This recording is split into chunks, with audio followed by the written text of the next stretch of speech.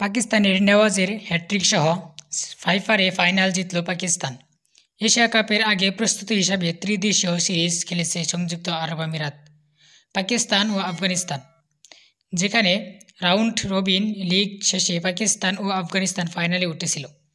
গতকাল 7 সেপ্টেম্বর রাতে হওয়া জমজমাট ফাইনালে অল্প পুঁজি নিয়েও রোমাঞ্চকর জয় পেয়েছে পাকিস্তান।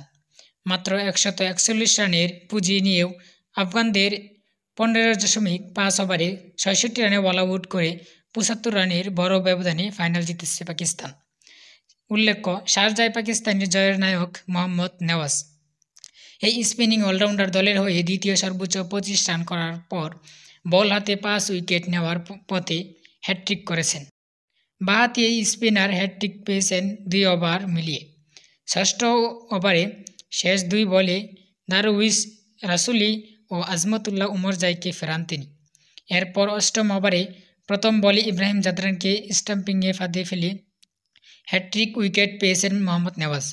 রিপ্লে দেখার পর টিভি আম্পায়ার আউট দিলে উল্লাসে মেতে ওঠেন পাকিস্তানি ক্রিকেটাররা।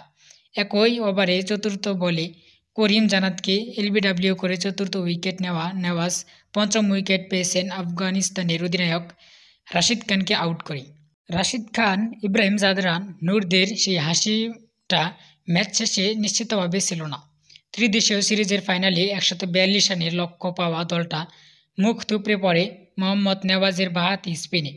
পাকিস্তানি অলরাউন্ডার তুলে নেন হ্যাট্রিক।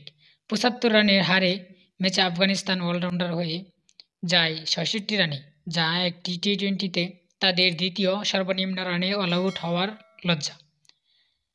তারবাই গত বছর দক্ষিণ আফ্রিকার বিপক্ষে 156 রানের অল আউট হয়েছে সর্বনিম্ন। মিরপুরে 2014 সালে অল আউট হয়েছিল 72 রানে। এবার তারা দ্বিতীয় সর্বনিম্ন রানে অল আউট হয়েছে আফগানিস্তান।